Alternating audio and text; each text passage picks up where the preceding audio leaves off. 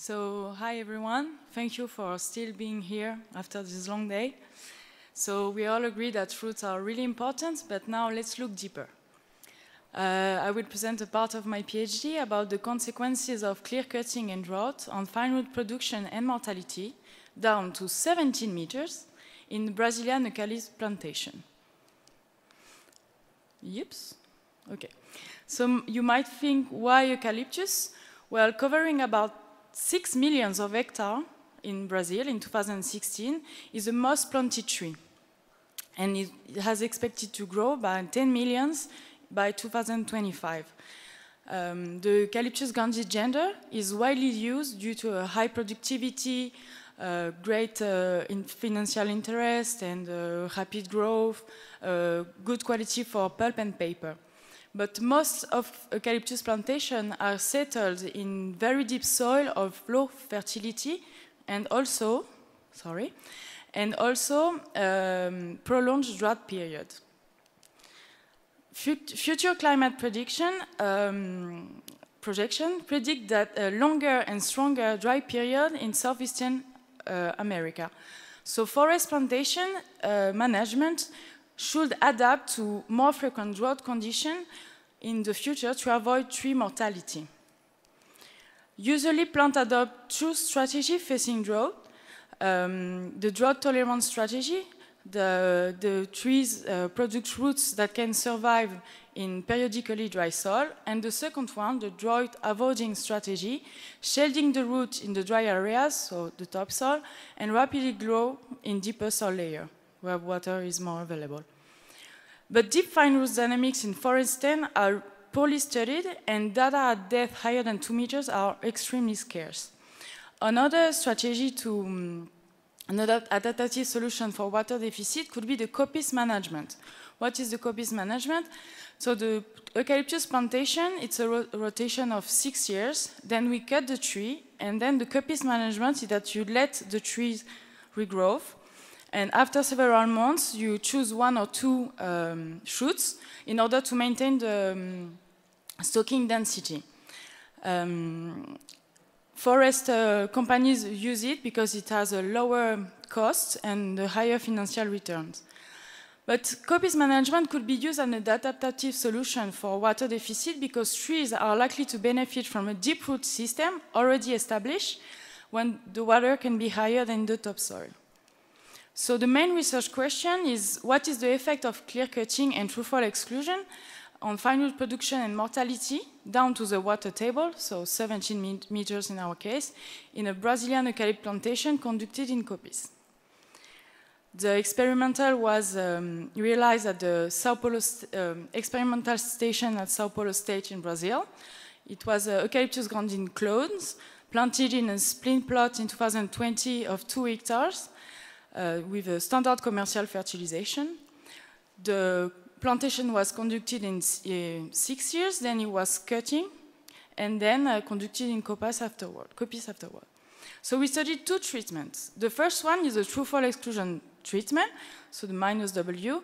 We occupied the plantation, as you can see on the photos, with a gutter system installed from seedling that allowed an exclusion of 37% of truffle, that's miming the future climate of Sao Paulo State, and the without exclusion plots, the control plots.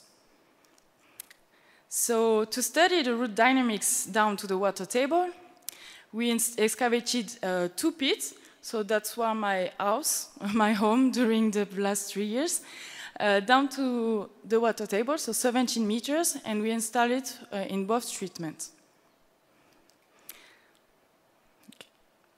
To analyze the production and mortality of fine roots, we used the mini-rhizotron method. We installed 88 mini-rhizotron tubes of 1.8 meter of length. We installed it at different depths to have the root dynamics in all the soil profile, from soil surface to the water table, in both treatments. And we put 3 tubes outside of the pit in the soil surface in every treatment and every block.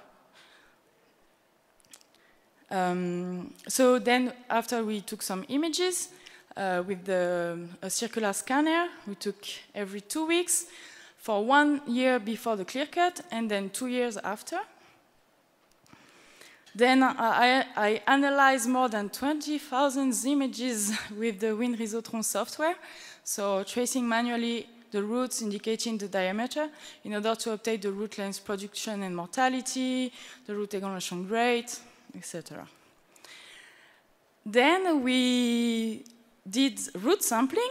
You can see with a mechanical auger down to the water table.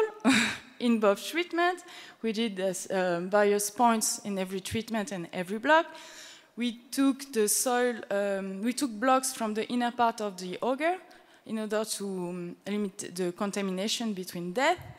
We washed the soil, we separate carefully by hand the living root and the dead root by several aspects like color, touch, etc. And then we scan the roots, analyze with the WinRiso software in order to obtain the specific root area, specific root length, fine root density, etc. We also installed some TDR sensors in every blocks and every treatment. Here you can see at the top is the precipitation over the study period, so 3 years. Below the soil water content in the control plot, and below the soil water content in the true-fall exclusion plot. In the x-axis is the time, and the y-axis is the depth. So the darker is the blue, the higher the soil water content.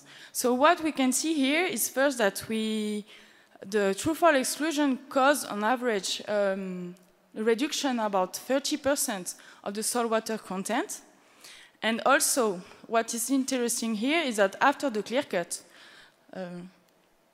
we can see that the soil was recharged in water. So what about the roots? So here you can see the cumulative root length, so it's the total length of root observed per images, so per depth, per treatment. In the top is the control plot, and bottom is the true-fall exclusion plot. What it is interesting to see here is that we have a really impressive root growth at depth in both treatments. The root growth was observed before the end of the dry season, before the clear cut and after the clear cut.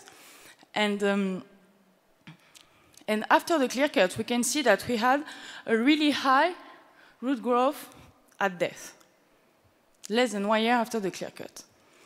For the root elongation rate, so here I'm just showing first the control plot. So it's the total length per images and per day observed. And we have the soil water content and the precipitation.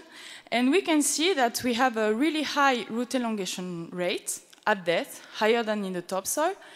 And that was, and here we can see that when the water became scarce, we had a really high root elongation rate at depth and then down to 16 meters. But even if the soil was recharged in water, as we can see here, so we might think that the soil water content in the layer is not the main driver of the root growth. It's more the exhaustion of the water in the topsoil layers that induce trees to go deeper. We find the same results for the true-fall exclusion plot. With a higher production at depth and a higher root elongation rate. And we have an amazing lag observed, starting at the topsoil layer after the clear cut, and then going down to 14 meters. And also when the rainfall became scarce. So the lag observed between depths might be due to a rapid exhaustion of the soil water content in the topsoil and then start to go deeper. We speculate that the fast exploration of deep soil could be a planned strategy for maximizing the water and nutrient uptake needed to meet the high demand of these eucalyptus trees at the young stage during the early growth.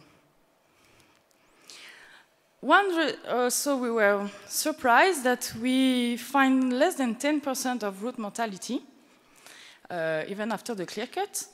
So we didn't expect that. You can see that roots that were here in March 2016 are still there in March 2018 at 14 meters depth, and also that root at 14 meter depth grow less than 1 year after the clear cut. We were surprised, so we did a root sampling, like with the video we see that, and we find also 12 or 30% of root mortality, of root necromass in both treatments. For the fine root density, as currently observed in forest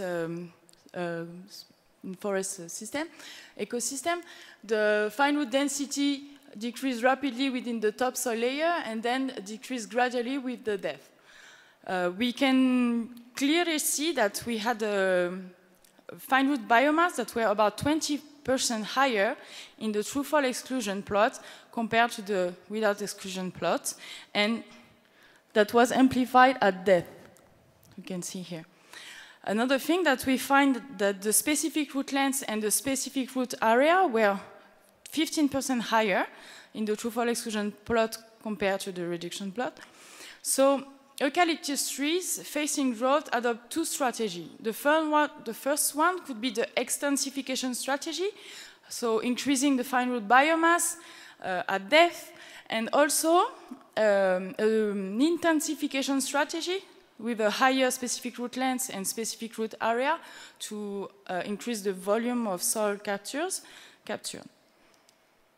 So the proliferation of fine root at great depth could be an adaptive mechanism for tree survival, enhancing the access of water. In our case, we saw that we had roots growing down to 17 meters, and also that coppice management in eucalyptus plantation can be an advantage against water stress, because trees take advantage of the root system already established in very deep layers. We saw root growth less than 1 year after the clear cut at 14 meters depth.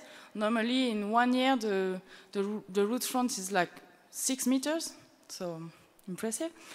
And also that the carbon investment below ground to produce fine roots is therefore minimal over the early growth of these eucalyptus trees in coppice, which might contribute to explain the very fast growth of the sand after the harvest. So I want to thank my root team in Brazil. After several months separating roots and a lot of time in the pit, we are maybe crazy, but we are alive, so thank you very much.